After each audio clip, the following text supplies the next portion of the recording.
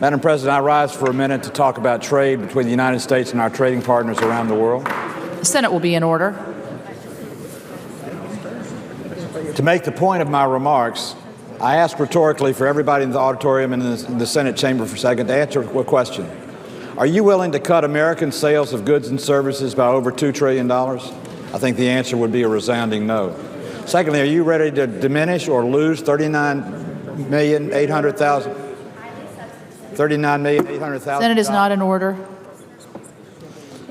Will the senators please take their conversations out of the chamber? Senator from Georgia. Thank you, Madam President. Nobody in here wants to give up $2.3 trillion in American business, and everybody wants more jobs for the middle class and doesn't want to cost America 39 million jobs. But that's exactly what's going to start to happen if we don't pass TPA, we don't enter into trade agreements, and aggressively work to make the three pending trade agreements the United States has workable for our country. Yesterday, I listened as members of this body came to the floor to talk against trade and talk against the Trade Promotion Authority. For the benefit of our new members, Trade Promotion Authority is our authorization to give the President the parameters, the limitations, and the prerogative to negotiate trade agreements which come back to us for a final ratification up or down. That's a good way to do business, and the world recognizes that if our President has Trade Promotion Authority, he can sit down across the table with him and he can make a deal, and it's only subject to one vote of the United States Senate.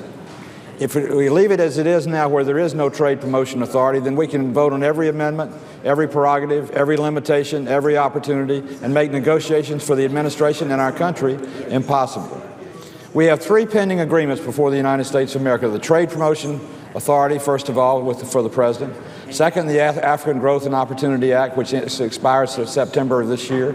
Next is the Trade and Investment Partnership with Europe. And then lastly is Trade Promotion Agreement with the Trans-Pacific Trade Agreement with the Pacific Rim. All three of those agreements are important for us to negotiate and close the deal on. Yet without TPA passing, we can do none. Ambassador Froman and the administration is doing an outstanding job of representing the United States. I've traveled with him to the African Union in Africa to work on AGOA. I was with him yesterday afternoon talking to him about some of the obstacles we've got in terms of the Trans-Pacific Partnership. And I've talked to him about the Transatlantic Trade and Promotion Act, all which we need to pass and all which he needs to be able to negotiate. But without TPA, the United States of America is sitting at the table, but they can't make a deal. And the President doesn't have the authority he needs, and he says he wants. Most of the opposition that I have heard on the floor of the Senate comes from the people in the President's own party.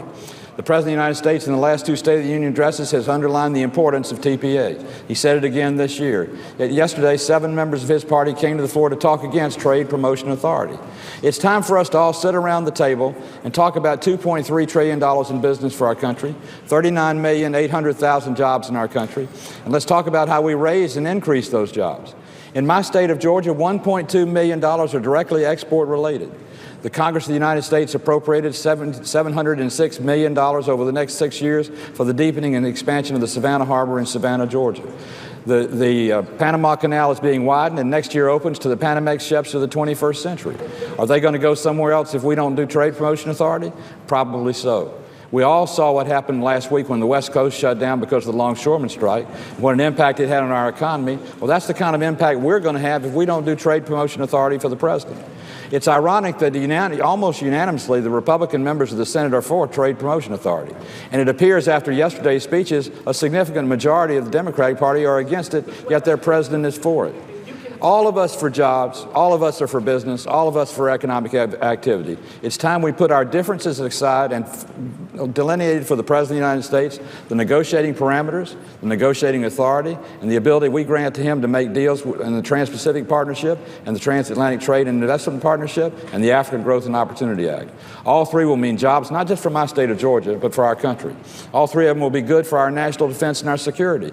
People don't tend to fight with or bomb people they do business with, and the more trade agreements we have, the more business we share, the more exchanges of our current currency and economic prosperity, the better off our country is, the better off our security is, and the better off there's jobs for those in the middle class. So, Madam President, I thank you for the opportunity to speak on the floor, and I encourage all of my members, all the members of the Senate, Republican and Democrat alike, to dedicate themselves when we come back to expeditiously bringing up Trade Promotion Authority, delineate our differences, negotiate those differences, and give our President the opportunity to create more jobs for America, more jobs for Georgia, more jobs for West Virginia, and more jobs for our country.